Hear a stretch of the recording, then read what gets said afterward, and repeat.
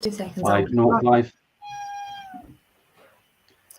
Good morning, everyone. Welcome to this Saturday's Fife Properties Show. And this morning we are talking about rigorous referencing, Kieran. So you're the ideal person to be on with us this morning because this is what you do, Kieran. And we are going to talk about basically rigorous referencing being the secret sauce for trouble-free tenancies and peace of mind. So, is that your cat?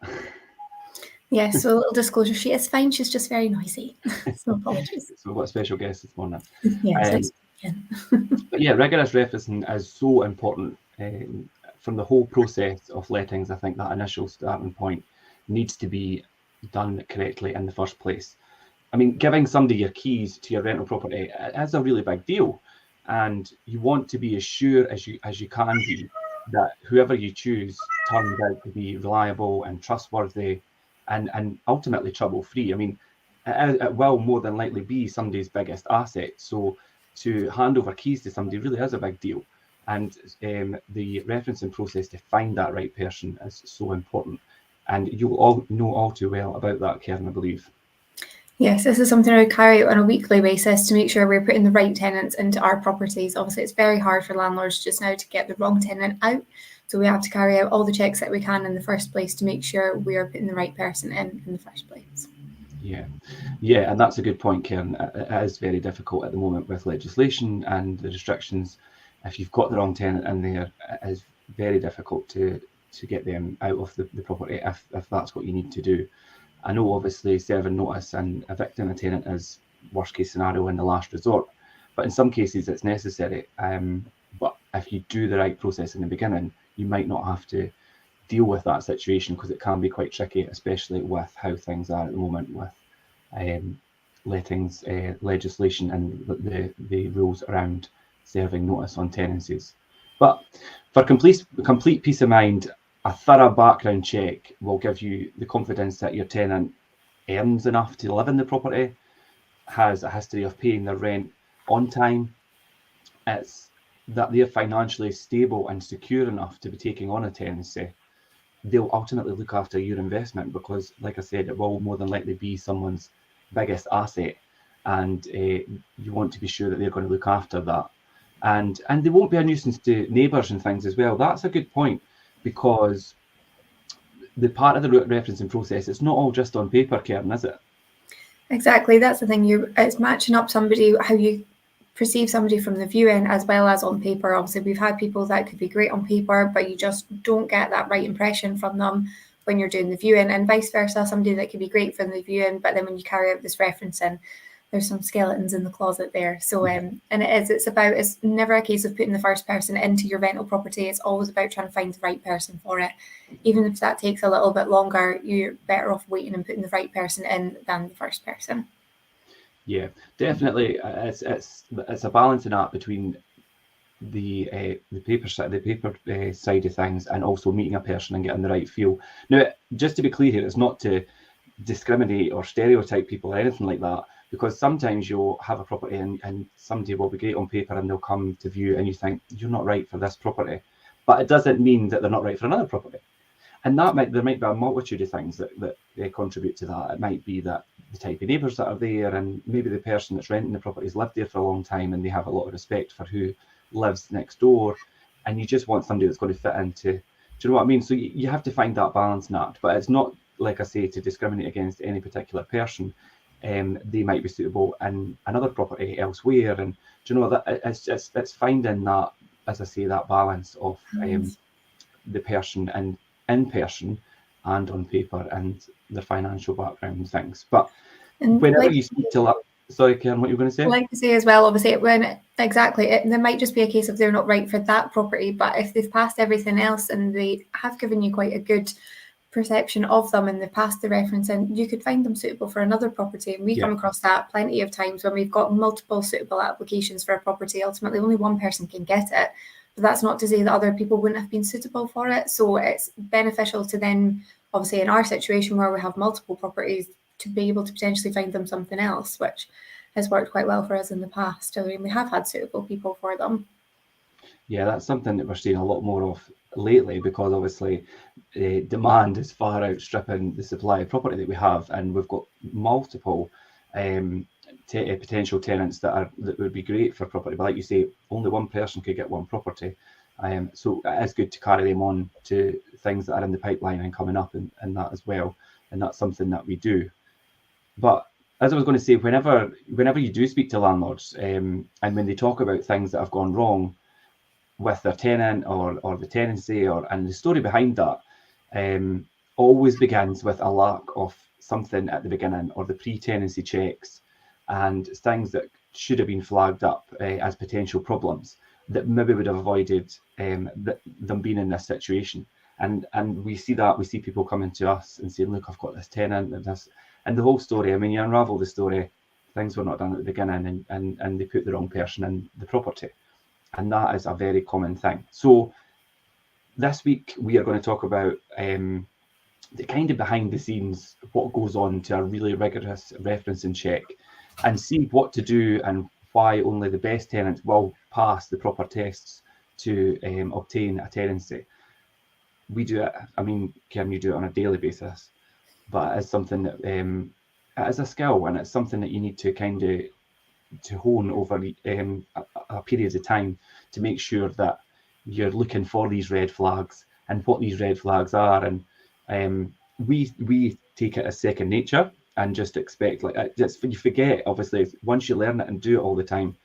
And when people who are not as experienced and maybe self-managed and things as well come to us, and we could tell straight away when they're telling us the story, right, okay, that, you know. So that's what we're going to cover today. So first and foremost, Karen, what's the most important thing? So one of the most important credit checks that you can carry out are credit and financial checks. So these are such an important thing. Before you even consider renting out your property to anyone, you need to know that your tenant is financially stable and all the checks were carried out. So there's various checks that can be done to ensure someone's financial stability. So these include things such as credit checks. So credit check everyone that will be on the tenancy or staying at the property. So this is something I've come across, and somebody's like, oh, they're not going to be on the tenancy. So I'm like, no, we still need to credit check them and reference them out. We have to check every adult that will be staying in that property. So you're making sure that everyone is there that is obviously credit worthy of being and staying in the property. You could have one person that's completely fine, and then you could reference the other person and they have adverse credit. Yeah. So these include obviously looking for CCJs, counter court judgments, default notices, or undisclosed addresses for any tenancy application. So getting the last 3 months of tenants' latest bank statements as well to see whether they're consistent in paying their rent, they're not in their overdraft, or they don't have any debt or failed payments. Now, credit checks are such an important one. I had somebody, well, we come across them multiple times. We do have a section that says, do you have any adverse credit? 9 times out of 10 people don't, so it's fine. But the people that tick no, and then you pull up where they have CCJs, bankruptcy, IVAs, it happens. So, but if you're not upfront about it, it's very detrimental to your application. Yeah, and I think if people are not going to be transparent and truthful or upfront about their financial position at the beginning, at the early stages in the beginning of any application, then it really is a red flag. Like you say, on applications and things, you're given that opportunity to disclose anything. There is people out there that have had trouble in the past financially and things, and a lot of people, and that's just a part of life. And that's not to say that you're not going to be accepted for a property, but if you could be obviously upfront with what that situation was, how it come around, and how you're rectifying it or rectified it, then there shouldn't be any problem about your application proceeding. But you really need to be as transparent and upfront about things like that as possible, because if you're having a proper reference check done on you, you can't avoid it. It will show. So to not just red flag. Let's talk about bank statements, Karen. That's an interesting one. Did you see 3 months bank statements? Yeah, so ideally you'll be looking for about 3 months of bank statements. So this should include showing their income going into it.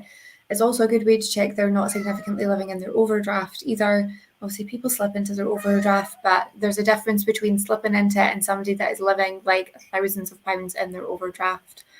That's ideally, it doesn't look the best for like a financial point of view. Ideally, you want somebody that is staying in their credit side of their overdraft, that has a stable income coming in. Obviously, people have different finance options available to them. So whether that's they're paying car payments or credit cards, but ideally it's looking to see that there's no kind of like major gambling issues going on there. And obviously, like I say, they're not significantly on your overdraft. So just laughing at your cat. So bank statements. So now I know this is something that comes up, and some people don't want to show you their bank statements. And I mean, what does that tell you? It does give a red flag. So ultimately, this is obviously, I understand people's reservations about it. It's their bank statements. It's something that's very personal to them. But ultimately, this is a big legal decision that you're going into. And likewise, for if you're applying for a mortgage, you would have to give your bank statements. You're applying for any property, you ideally need to give your bank statements for it, because it does, like I say, it does kind of whittle out the ones that do potentially have red flags, or people that send their bank statements with big black markers through some transactions. It's like, what have you got going on there? Because ultimately, we're not there to assess every single purchase that you're making. I mean, some of the transactions that you see, people like to put funny references on them. So you see all sorts when you're going through it, but ultimately we're looking at it from a professional perspective to make sure that you are going to be a suitable tenant, not to judge where you're spending your money. Yeah. Unless it's for gambling. It is an application process like anything else, and the credit check, I mean, we can't just obviously credit check people without their consent.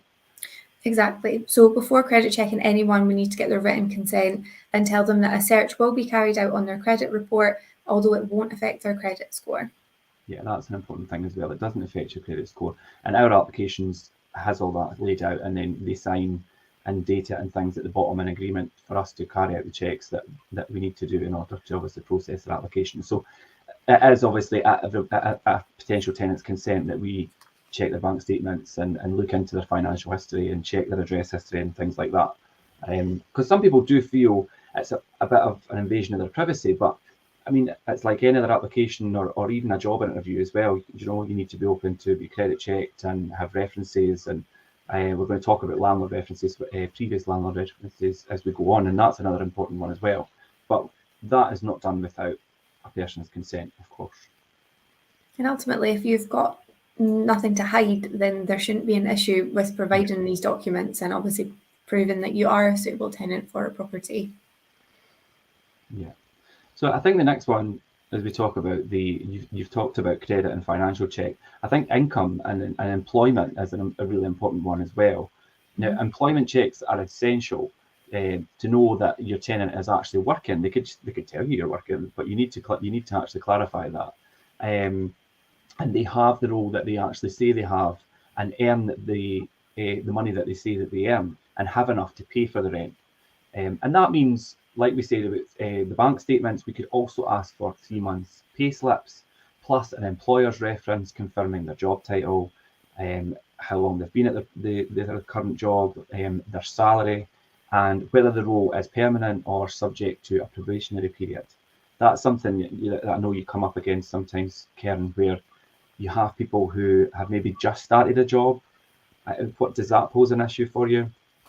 So it is obviously, I wouldn't say it poses an issue, but one thing that we'll cover obviously during this process is the benefits of potentially having a guarantor. So when somebody's initially started their job, obviously most jobs do come with an initial probationary period, usually typically about 3 months. So obviously having somebody that maybe has a guarantor in place just gives that extra bit of security if you do have somebody that's starting a new job. And it is something we come across a lot. People are relocating here for work, they're changing jobs, they've got a good salary that'll be coming in for that. So like I say, a guarantor can be a beneficial way of just giving a landlord an extra bit of security in that situation if somebody's not being in, if somebody is just starting a new job. Yeah, because we do get a lot of people that are coming here and working, and obviously they've just started their job here, so they're only a matter of weeks in, or sometimes even prior to the start as well. So that could be an option just to safeguard things and reassure the landlord and us that they've got a backup if things were not to work out.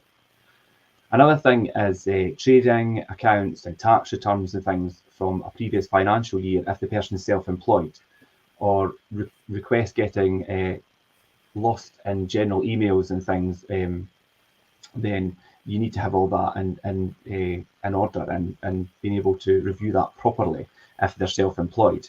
So self-employed, it could be difficult if they don't have that information to prove what they're actually earning. Maybe their accountant's reference or something for further information is maybe needed. If they can't do that, do you get a lot of applicants who are self-employed and are unable to provide you with what you need, Karen? Typically, most people are employed, but we do get quite a few that do come through as self-employed. So it is making sure that, like you say, all your tax returns are up to date. You can provide bank statements that show that your income is coming in and it's stable. I think that's the biggest kind of concern when it comes, or reservation, I'd say, when it comes to self-employed, having that stable income coming in, because obviously it can fluctuate a bit more as opposed to somebody that has like an annual salary that's coming in on a month-to-month basis. But it's obviously not to discount self-employed people. It's just to make sure that they do have the documentation that proves that they are financially stable for it, just as anybody else would be. Yeah, and feedback, if they've got an accountant dealing with things, feedback from them, and also their bank statements and things as well will back that up. So that's a good thing. When we talk about the employment checks and things as well, you need to make sure you've got the exact details correct, and that may be like the contact details for the actual employer, or somebody who will be providing a reference, and that just avoids confusion and delay with a move-in as well. Is that something that comes up where you maybe have a delay with receiving certain information, or maybe some information you've been provided is slightly incorrect? Smiling, so it's obviously something. I would say about 80% of referencing is chasing up documents that you have not received in the first place. Really? Wow, that's a lot.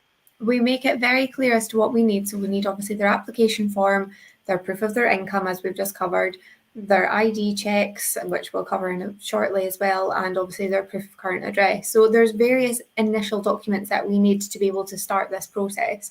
Some people send you their supporting documents and not the actual application form, or vice versa. You'll get the form and not their supporting documents. So it makes me very happy when somebody sends me an email and they have everything in it and it's all just nice and clearly there, because as I would say, I spend a lot of time chasing up documents that I need, and that's just in the initial stage of it. Then obviously when we have all those documents in, it's then starting the actual referencing process, such as the income checks, the landlord reference, all the credit check, everything that goes into it that is you require. It's quite a lengthy process. So if someone's not giving you these clear details in the first place, it prolongs that process. Whereas if you have somebody that's just giving you all their documents as requested in the first place within that kind of initial period following the viewing, it makes it so much quicker. I can have a whole application processed and a landlord's approval sometimes in less time than I've got just somebody's all of their paperwork in that I need.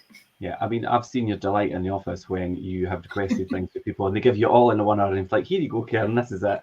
And it's just like, let's process it then and see. And when you're having to go back and say, oh, you've not added this and they still need this. And do you know, it could then be a back and forward. And it's not that you've not clearly, because we do clearly outline, this is what we need from you at the beginning. I don't think I can make it any simpler than it is. It's literally bullet points. This is what I need.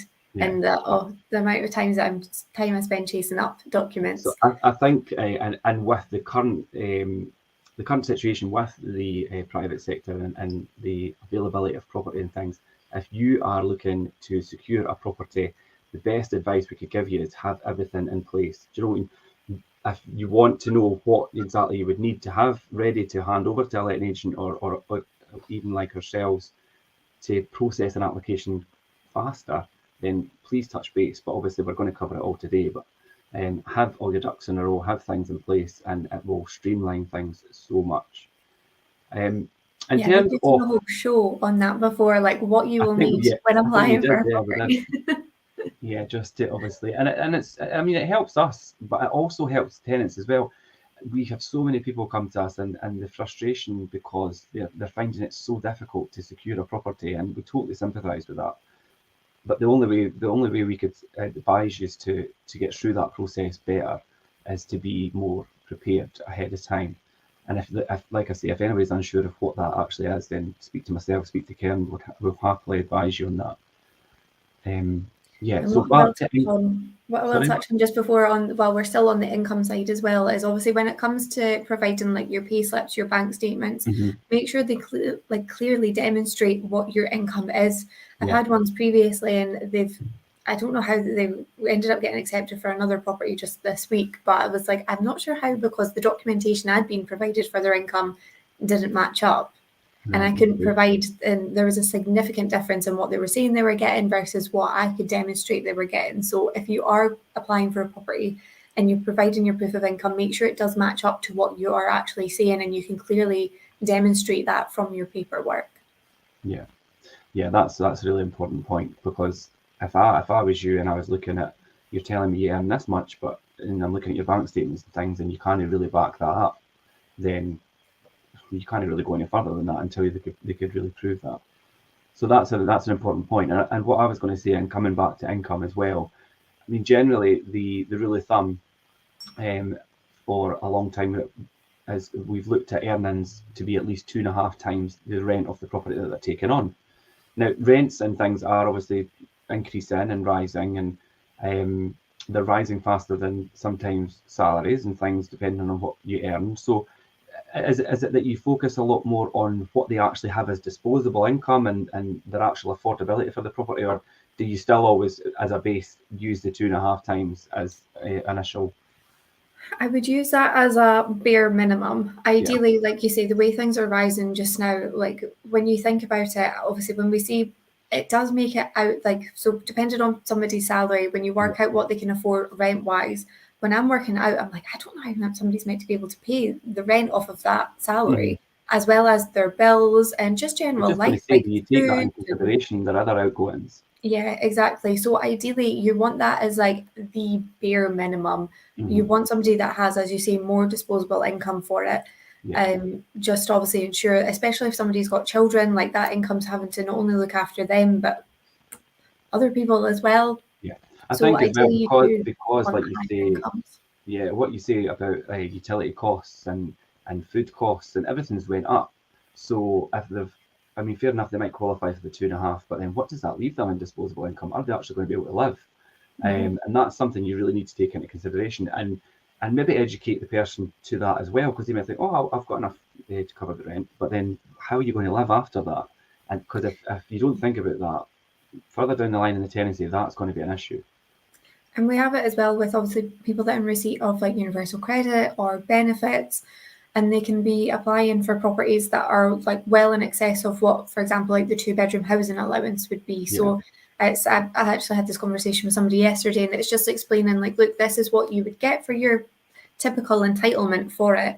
This is ideally what you need to be looking for, because if you're looking for a property, say for example, your benefit comes in at £473, which is the 2-bed housing allowance, but the rent on a property is 550 or 650 that you're applying for, it's a significant shortfall that you're going to have to pay in a top up for your rent.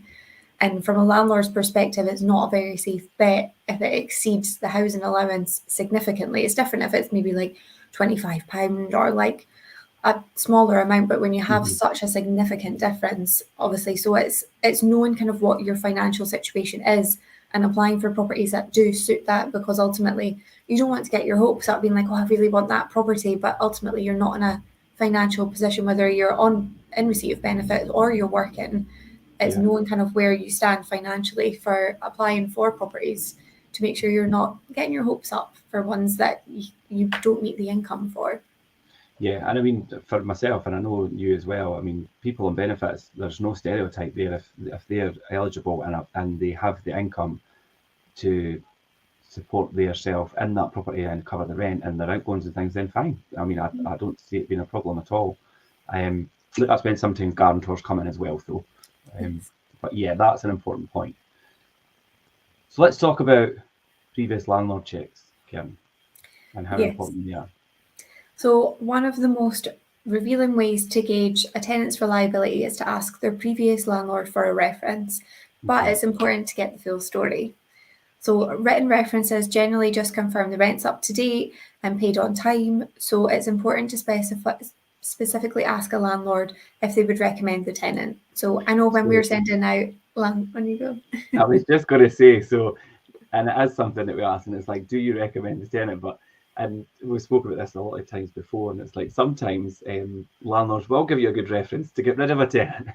So that's something. Make sure that the reference. This is when the bank statements come in to make sure they are paying their rent. So make sure that the glowing reference you get from a previous landlord is genuine. Yes, and there's various questions to ask. It's not just a case of do they pay their rent on time. So, for example, I'll probably miss out some because there's a few that we ask. But things such as obviously is the rent paid on time? Have they looked after the property? Is there any record of antisocial behaviour?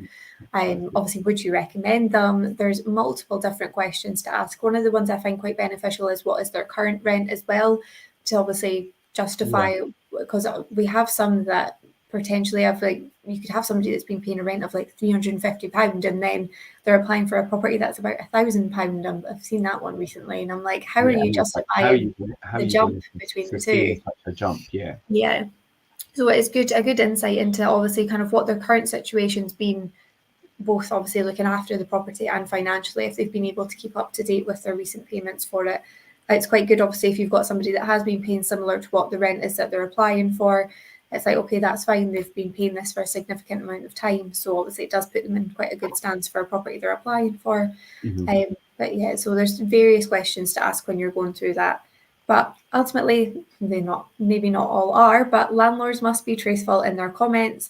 But if they do, as you say, want to get rid of a problem tenant, they may exclude some details that could delay getting their property back. Yeah, it does happen, unfortunately.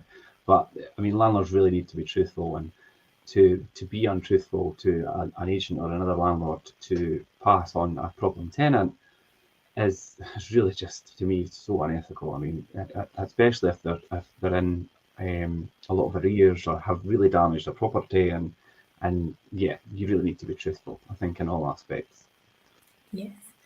So it does make it essential to get a previous landlord's phone number from the tenant so you can follow up in a conversation. And often, obviously, this gives you a bit more information than what you potentially could have from an email. But what I will say is a good way to check it is sometimes you do get, obviously, it's different with an agency, because, I mean, around here, you kind of know most of the agents anyway, or you could at least like Google them to make sure they are credible. However, if you do have like a private landlord and you're unsure of the details, maybe a tenant's just giving you their friend's number as their landlord. So you can always check that. Obviously, you should typically have their 3 years worth of previous addresses. So you can check their current address on landlord registration to make sure the person that they have advised as the landlord does actually match up with the landlord registration, and you are getting a credible reference as opposed to just, as I say, a landlord reference. Yeah, but I mean, not everyone will have a previous landlord, Karen. Exactly, and we come across this very often. I mean, we're in a market just now where there's a lot of people that are maybe just entering the rental market, people that have come from like parents' properties, or people that have even owned their homes before, and they are now decided to go into rentals instead, whether that's just obviously the way the interest rates are going, or maybe it's a separation. So there's so many different circumstances that we come across when we are going through referencing. So it is making sure your process accommodates all sources of potential tenants. Yeah, and then if they're in that position, then that's when maybe guarantors again come in as well. Exactly. Yeah, people that especially have like maybe come from abroad as well. There's some, I mean, I had one recently, and I had 2 applications for it, and one of them was in French and the other one was in Polish, and I was trying to convert these to actually make them make sense, and I was like, it was blowing my mind, but I got there in the end. So it's good to obviously potentially somebody that's coming from abroad won't have a credit check from here. So obviously getting a guarantor again can be quite a suitable option for somebody that's perhaps come from abroad, whereas all their other checks obviously are coming out fine, but you just don't have that credit check. So a guarantor can be a good way to deal with that. Yeah, I'm going to ask you about guarantors just in a wee bit, but I did want to talk about people's identification and people being actually who they say they are, and the proper ID checks. And I mean, identity checks do protect you against people who are actually potentially fraudsters entering your property and making it easier to trace your tenant in case something goes wrong as well. So we get obviously the their identification in terms of like their passport or their driver's license. We also get their national insurance numbers and things as well if they're resident here. So yeah, I mean, the best form of ID is a government issued document, whether they're in this country or they're from another country. Passport's a good one, and the driver's license as well, of course, is the two main ones. If someone doesn't have photo identification, we would always ask for maybe something like a utility bill or something with their name and address on it, whether that's gas, electricity, or, landlines or internet, not mobile phones. Mobile phones are not proof of address or proof of who you are or where you reside. And the main one, obviously, is your actual birth certificate. We do get the odd birth certificate, not too many of them. I'd say 9 times out of 10 it's either a driver's license or a passport. But we do get the odd birth certificate. Yeah, I mean you can't argue a birth certificate. It's quite a good one as well. But passport, driver's license is the main thing for us. Now, if you're in England and Wales, obviously we're referring to Scotland. If you're in England and Wales, a right to rent check for non-British and Irish citizens and things is a legal requirement to confirm that tenants are eligible to live in the country. So you could do that, but it's different in Scotland. So if you can't verify somebody's identity, don't let them move into your property. I think that is just, I mean, why would you? But you would be surprised. But that would be my solid advice. If you can't confirm that they are who they say they are. There's no shortage of tenants at the moment, so you really don't need to take any unnecessary risks. So I think it's really important to actually confirm that somebody is who they say they are. Exactly. Have you ever had that, Kim? Do you know, it's not something that, I think maybe there was a case years ago I dealt with, and there was one, and it didn't really match up. And I think that obviously that didn't proceed. But it's not something that's too common. It's not something I've ever really come across, thankfully. I mean, I've had people that have like changed their names. So obviously there's a bit more documentation that goes with that, just to kind of, you sometimes need things from their previous name, their current one. So that can be a little bit more challenging to work around. But as long as they have the correct documentation in place to obviously support the change in it, then there's not any issues there. But yeah, thankfully I've never really come across somebody that's pretending to be someone else. Yeah, it does happen, though. They are out there. Be very careful. I spoke about the right to rent checks in England and Wales there. We use a referencing company in Cairn, and if people are coming from overseas, we have the option to do it. It's called an enhanced reference, I believe. Yes. Yeah. So this is one that gets in contact. It takes a while, to be perfectly honest. It is a bit more of a tricky one to do. Even like the company run it, but trying to keep on top of it and make sure it is getting done. It doesn't always generate an actual like typical score for somebody, but it checks like their employment, their bank details. Like it does there's different ways that it goes about it rather than just providing an actual credit score. So and then it'll advise whether they are suitable or not suitable following the checks that it does. But so there's different ways around it. That's really useful if somebody's coming from overseas. So I've got Jim's actually here, just jumped in. I'm going to add him to the stream. Hello. Well, I'll change to the bottom bit. How are you? But I just thought I'd jump in here. It's like there's referencing probably everything. I mean, the amount of mistakes that we've come across over the years. Now, everybody makes mistakes at some point in time. You just get caught out with.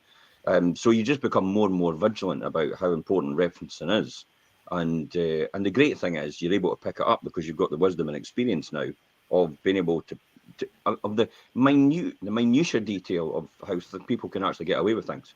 Yeah, you'd be surprised about how people can be kind of like obviously get round the referencing process if you're not that competent in identifying the things where they're not right and the red flags like we spoke about, Kim. And it takes experience to pick up on them. Yeah, if you get the wrong person in the first place, you've had it. Because the Scottish Government, obviously, the way, in order to try and get someone out now, you've either got to be 6 months in arrears, and then it's going to be 6 months before you actually get a tribunal decision.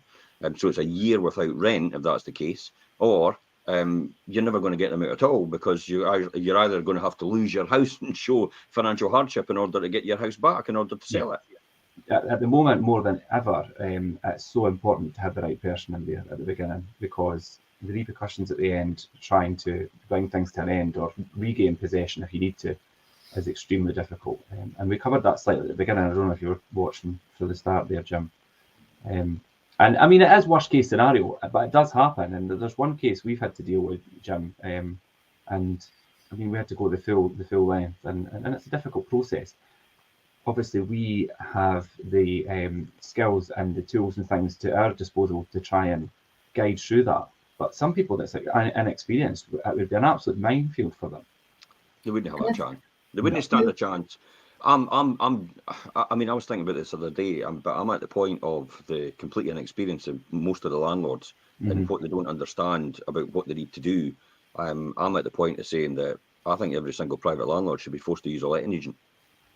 And it's not just because it's in our self-interest to do it. No. It's the fact that I think for most landlords, they don't realise it'll be a blessing in disguise for them. Even the reference and credit check side of it, I mean, your typical landlord that is doing it themselves are probably not going to have access to a credit check scheme for it, like what we do, and it's so important. They don't know where to start, Karen. I mean, I've had in the past, I've had landlords when I've said, look, we'll obviously find out, what their previous employment was, how long they've been there, any other addresses they've been there before. We'll find out what they're earning, and the landlord says, you can do that. Yeah. I've never done that in my life. It's like, I thought that was an invasion of somebody's privacy. And I'm like, oh my God, I'm giving you probably your most expensive asset outside of your house for somebody for the price of deposit, which is effectively about 550 quid. Yeah. Almost about £100,000 house for 550 quid. And they've got almost full right of tenure under the current legislation. And you're telling me we can't ask any of these, you think we shouldn't ask any of these questions. It's like, you're damn right we are. And that's where a lot of landlords fall foul at the beginning, because they just take people on their word and they don't actually follow up and check what they're telling them or what they're providing them is actually correct. I always remember a story about my mother, how I had my motorbike up for sale. I had it off the road because I couldn't afford to put it on the road. I really needed to sell it because I couldn't afford anything. I couldn't afford to keep it insured. So I kept it in the garage. So it was off the road. It was uninsured. It was a RD125. It was about a year or 2 years old. And my mum let the boy have a shot of it, and he drove away and I never saw it again. £1,500 worth of bike. Yeah, and I said, what the hell did you do that for? And she says, I seemed like a nice boy. Yeah. But that's effectively how a lot of people do their referencing. Yep. The same scenario. They just seem so pleasant. It's like, I tell you what, I've had somebody that's been in for arms, for criminal conviction for arms and robbery. I just found out through referencing, and I'm talking about years and years ago when I first started out, 30 years ago, when it was the Wild West, in terms of how you did things. But literally, I had his deposit, I had his first month's rent, it was all paid up in advance. I was ready to set a date for him moving in.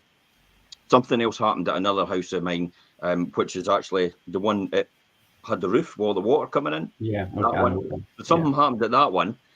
With the guy, and he says there was a guy that appeared at gunpoint and pointed the gun at the window, and I went, oh, all right, okay, so do you know this guy? It's like, and he mentioned the boy's name.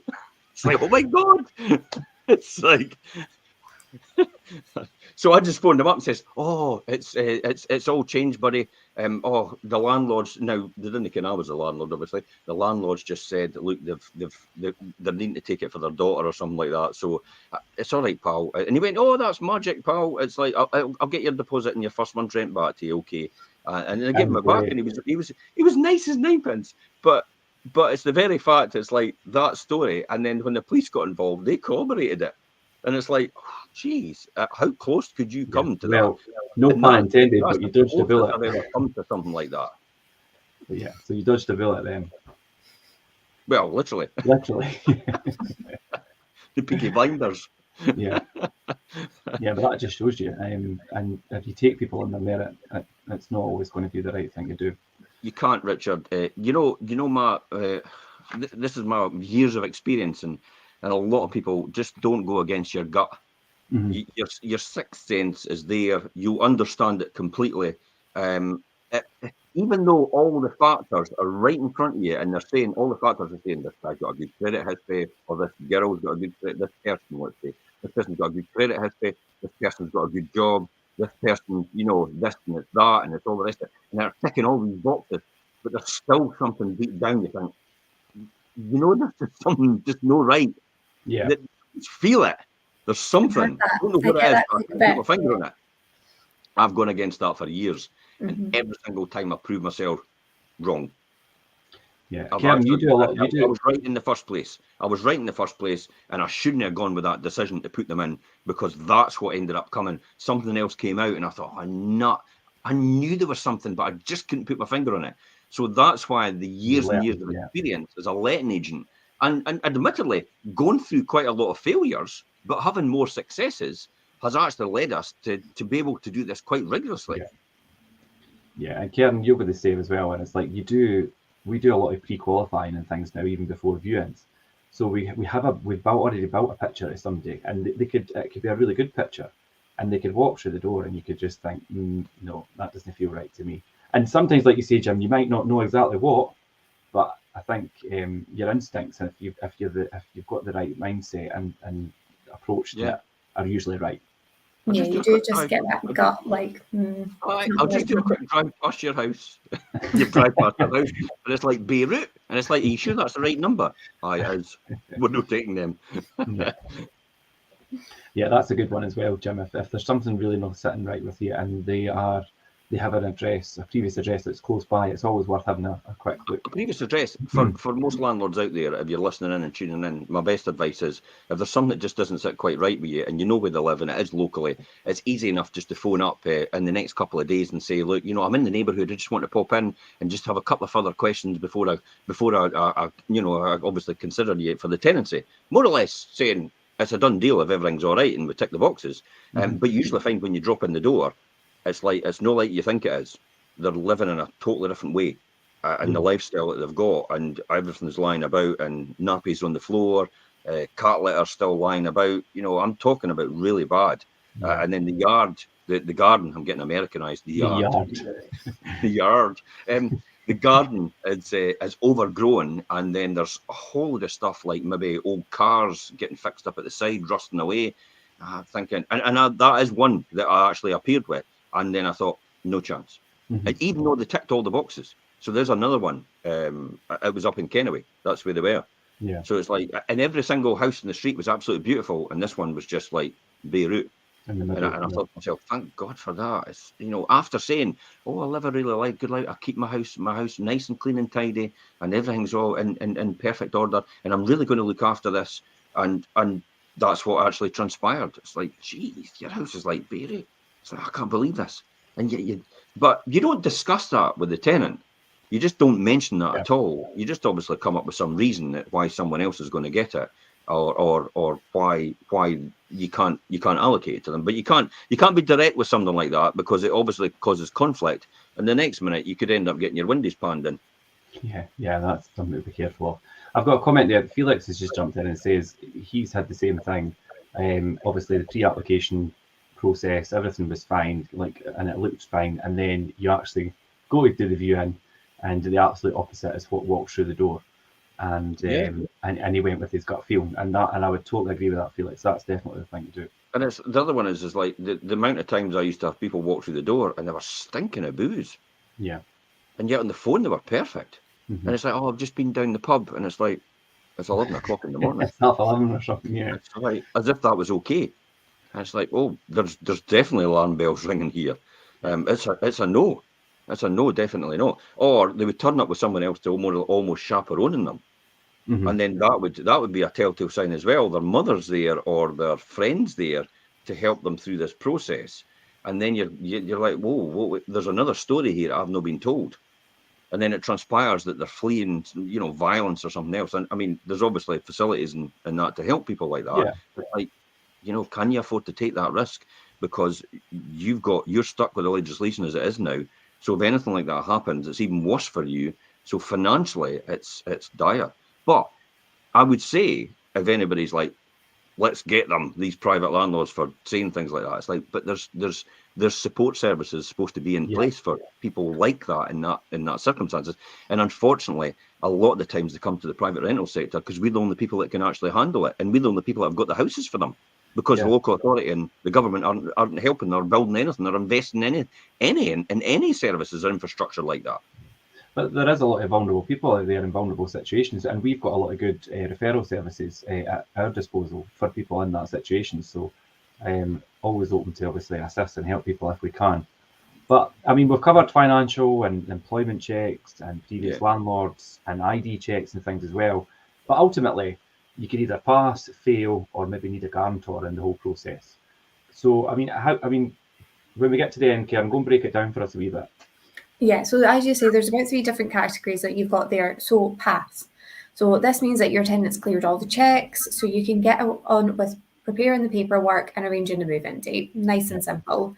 Okay. We do get a pass with conditions, which brings us to the guarantor. So this usually means that a guarantor is needed to underwrite any defaults or damages which could occur during the tenancy, in which the guarantor also needs to be financially checked. So again, when you've got a guarantor in place, a credit check is required. All the same checks that would be required for a typical tenant is required for a guarantor, because this is a legal document that they are signing. So you have to make sure that they are also financially suitable to be signing this document along with the tenant. I was just going to say, let's explore guarantors a wee bit here, because just like you're selecting the tenant and making sure they're suitable, you have to do the exact same with a guarantor. And if you've got somebody that's going to co-sign a lease and take on that responsibility, they need to be financially secure, they need to be who they say they are as well, and that whole process has to be done correctly. We talked about the 2.5 times, the earning 2.5 times the rent for a tenant. What is it for a guarantor, Karen? 3 times. 3 times minimum. But then again, in the current situation, I would be looking at additionally their disposable income as well, because they obviously have to live as well. And if we're in a situation where we need to turn to them to subsidise the tenant, then are they going to be able to do that? And like we say, there's so many different categories in which a guarantor could be required. I mean, we touched on if somebody's starting a new job. We've had ones before that maybe a tenant's had a little bit of adverse credit. I think we have a current tenant and she's great and she pays her rent on time. The property is kept immaculate, but there was one small CCJ on her account, but it wasn't anything significant. She didn't actually know about it as well, because it was a previous partner, I believe, that had ran it up when she'd looked into it. And we took a guarantor for her rent and her deposit all up front, as we typically would, and she was a great tenant. So it's not to say that people that have maybe had a little bit of financial difficulty in the past are discounted for it, but it's people that are upfront about it, and it is minor. Yeah, people have bumps along the way. So yeah, I've also had somebody who's like, no, my credit's fine, and he had £20,000 worth of CCJs. I was like, you're not getting this property. So yeah, exactly. But there's and like we've touched on as well, like if people are coming from abroad, guarantor could be required. So there's various different circumstances. It just gives the landlord that extra bit of security and safeguard, but they do have to also be financially and credit worthy to be the guarantor. You say people coming from abroad, it's actually people coming, expats coming back home as well. Yeah. Well, there's been a lot of like... Don't pass credit checks or anything like that because of their income's abroad. So therefore you have to vet them as well, just in case anybody interprets that in a different way. Yeah. Well, Jim, what's your... Sorry, Karen, on you go. There's a lot of different reasons for people coming from abroad. I mean, we've got, especially with us covering the St Andrews area, we've got a lot of students that are coming over, like say expats or people that are coming. We've had a lot of people that are coming and working in the healthcare sector as well, that are coming in on good, strong incomes. To be honest, they've been great tenants, but obviously you just need that extra bit of security because they have just arrived in the country. So, and in all honesty as well, we've only had to instigate and tighten this up a lot more with guarantors because of the current legislation by Patrick Harvey. You know, and therefore it's become impossible to take anybody that's vulnerable, in other words, on benefits, because they can't get guarantors more than likely. So it's been impossible for us to take them. When in hindsight and before, I was actually quite happy to take that system, the housing benefit and local housing allowance system. I was okay with that. But because they can't get a guarantor, it's actually precluded them. So the legislation is actually penalising the most vulnerable people in our society. Yeah, definitely. The way our market's going as well, just with the rise in interest rates, obviously landlords are needing every penny that they can from the rent just to basically cover their mortgage at this rate. So it's outpricing people that are in receipt of benefits because just the way the market's rising. That's an interesting one you should say there, Karen. I'm going to just elaborate on that a wee bit so that people understand. I've got one property. I've got a big portfolio, so it doesn't matter that much. But I've got one property which is actually 550 rent, and I can only increase it by 6% at the very most. But my mortgage on it, the interest only mortgage, is now £488 a month. So literally, I'm clearing £760 a year to cover management fees, to cover repairs and improvement bills, to cover insurance for the property and everything else. I am literally making a loss on that property because of the current situation. If you only had that, or maybe 2 properties.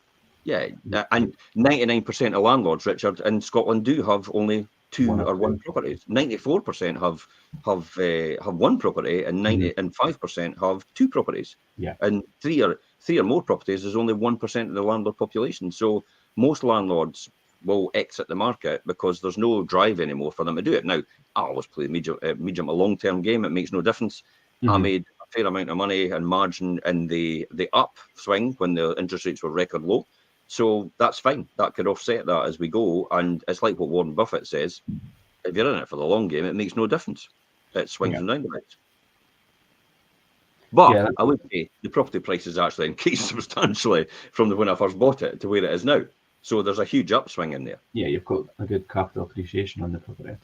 But I think what the point you're trying to make, Jim, is you're okay because of the situation and what your end game is, or what, because you've got a big portfolio and you're in it for the long game. But people that have maybe just got 1 or 2, and that's why so many people are exiting the market. You've got no chance they'll be wiped out. Yeah, they'll be wiped out, and they don't think they realise that's going to happen. I even get nervous when people say I'm going abroad and I'll rent my house for a year or 2 years and then I'll come back and move into it, and I'm like, we had that conversation yesterday. You might find that the legislation means that you can't move back into it. Yeah, we had that conversation yesterday, Jim, about one. Yeah, absolutely. Yeah. We have to bear that in mind every single time, and we have to bear in mind what potentially could happen because we have an erratic government. Makes erratic decisions on the spur of the moment, and almost like, this sounds like a good idea. This will be a vote winner. no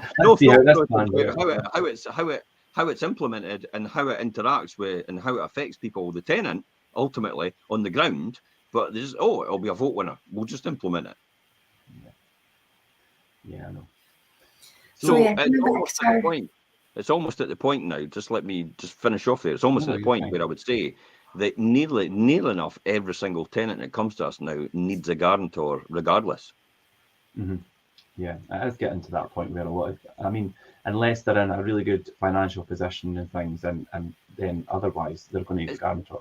I tell you what, it's really good as well. If you do consider universal credit and local housing allowance, housing benefit to old school people, that's what it used to be called.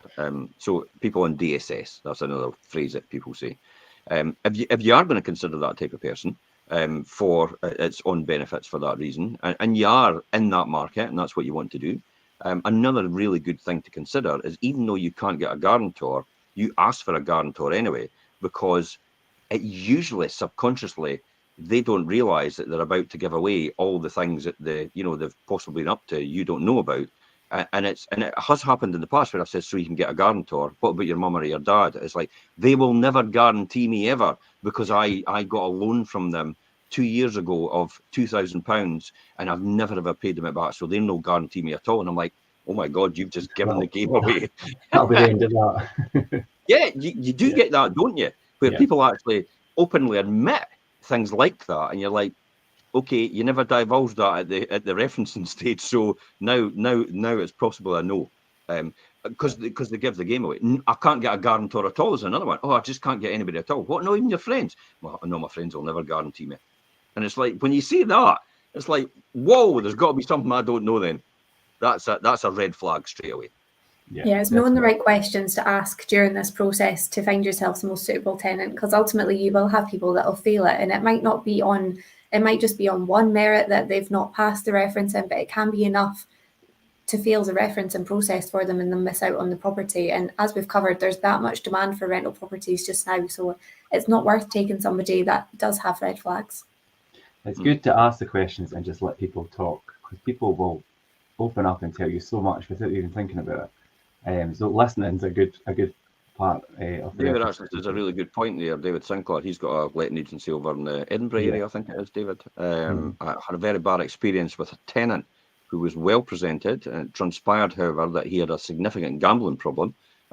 We now ask for and scrutinise any prospective tenants' last 3 bank statements, which is a good one to do, actually, to confirm that they are separate, spending their income, how they're spending their income.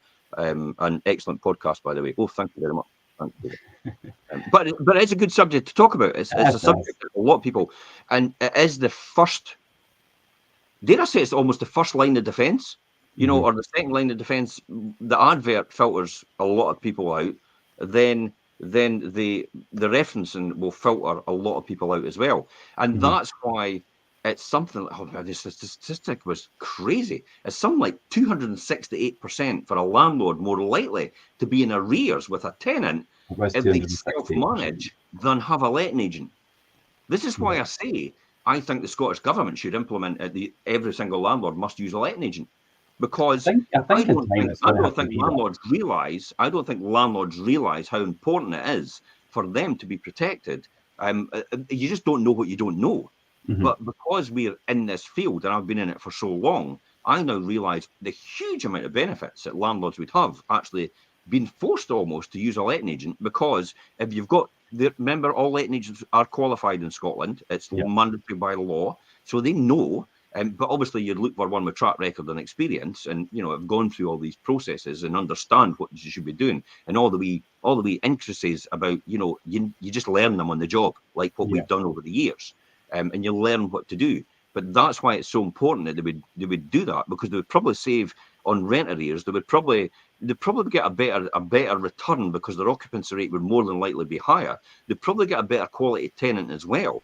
And I think all these 3 factors will actually increase, which would probably offset the cost of paying for a letting agent anyway, by running rather than actually running it themselves. So I've not got a political agenda to do this, by the way. This is just my thought process. So I'm not lobbying the government. So if anybody thinks it's like torches, it's like, this guy's on the government side. It's like, no, I'm not lobbying anybody for that. But I do think there's a huge benefit to using the right letting agent. Yeah, I would agree. And like you say, it's not to push your own agenda, and because that's what we do. I just, even more so now, I see the benefit for everyone who's letting property. Unless you've got the time to really stay up to speed on what's what and what's the correct way to do things, you really need an agent doing it for you.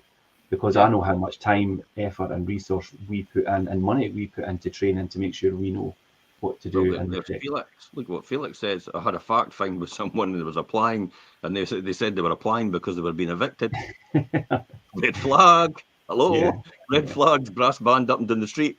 It's like, this is a warning sign. It's like, what have you been evicted for? Oh, well, I wasn't really looking after my property. I was damaging it, or I'm in rent arrears. It's like, all right, okay, so we're going to take you then. I don't think so. Yeah. So, I mean, the referencing process, they either pass, or maybe your guarantor, if they've got conditions and things. But I mean, what if they fail the referencing check then, Karen? You have to avoid renting to people that fail. Ultimately, if they can't provide a suitable guarantor, and there's other checks that they've not been able to fulfill either, you do have to ask yourself, obviously, this could break the terms of your mortgage and invalidate your insurance. So it's just not worthwhile, unfortunately, when as harsh as it sounds, it's not worth taking the risk.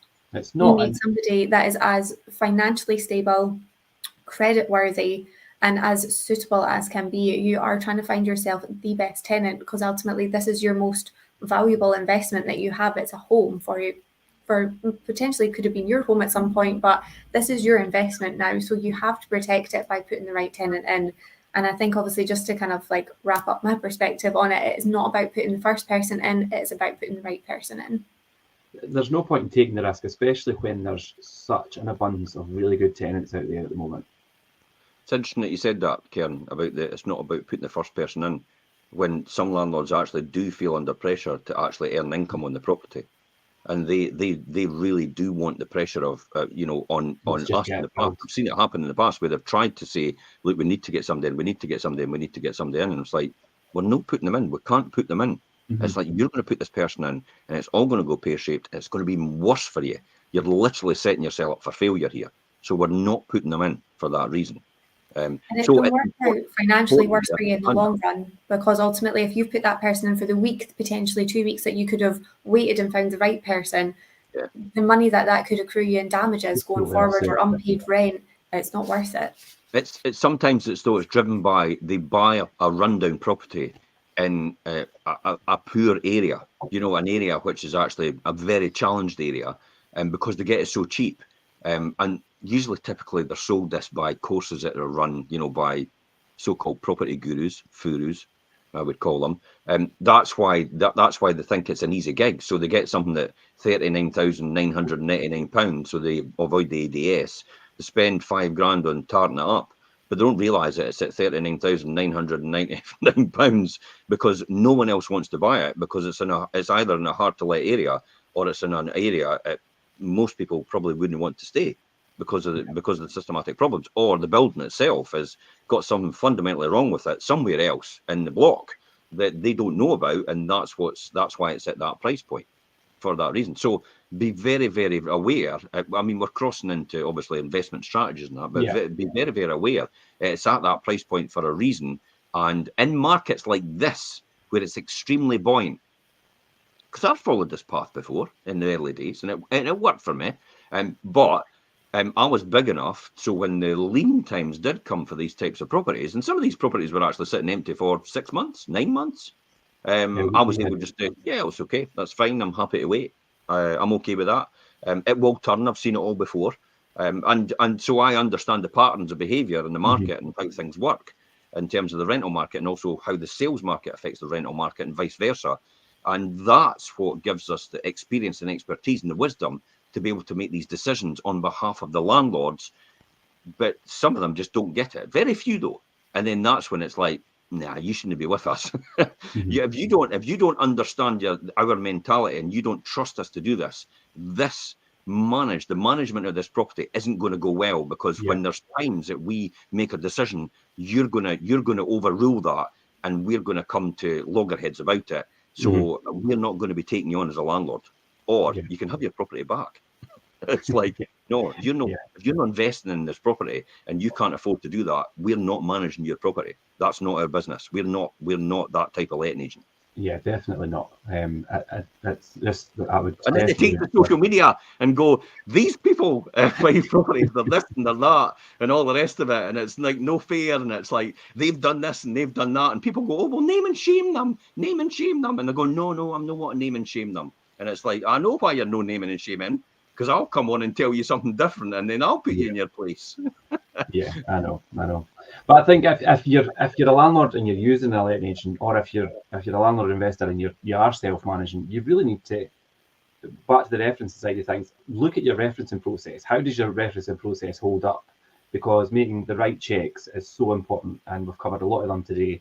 And if you don't feel like you're covering these sections, or even your agent's not covering all of this, then that you're going to have an issue. So I would be quite upfront with your agent and say, what do you actually do? They should tell you anyway. I mean, we make it quite clear to all our landlords? When we're carrying out our appraisals, we explain all that process and what we do initially. Yeah, and I think between ourselves and obviously and your feedback there, Jim, has really reinforced the importance of it for the entirety of the tenancy, and the importance of making your investment or your buy-to-let property the best it can be, and looking after your biggest asset outside your own home, really.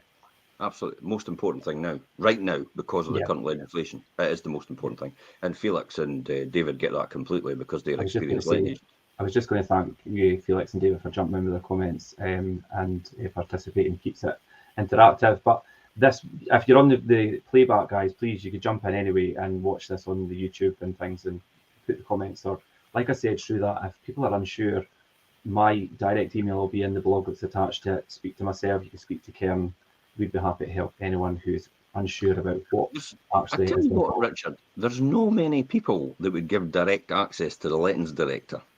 You usually find, honestly, you usually find in most letting agencies, everybody tries to avoid them getting in touch with the person that's running the show. Yeah. And it's because this person is so overwhelmed by everything that they can't cope, because they're having to firefight all the time. So it's quite, and I'll say it. You've always done it, but and I've always done it to a degree as well in the beginning. It's quite unusual to actually get direct contact with the people actually making the decisions. Yeah. But then I am still a big part of the forefront of lettings and involved in the day-to-day as well. So I get it, but it's a great benefit for a lot of people out there to actually have that contact, but in that peace of mind. I think that's important. But it's enjoyable to actually educate people and show them the right way to do things in lettings. That's basically how I feel anyway. And I think if you don't have that kind of mentality or approach, then maybe you shouldn't be doing lettings. But anyway, that's just my opinion. But that's us for this morning, guys.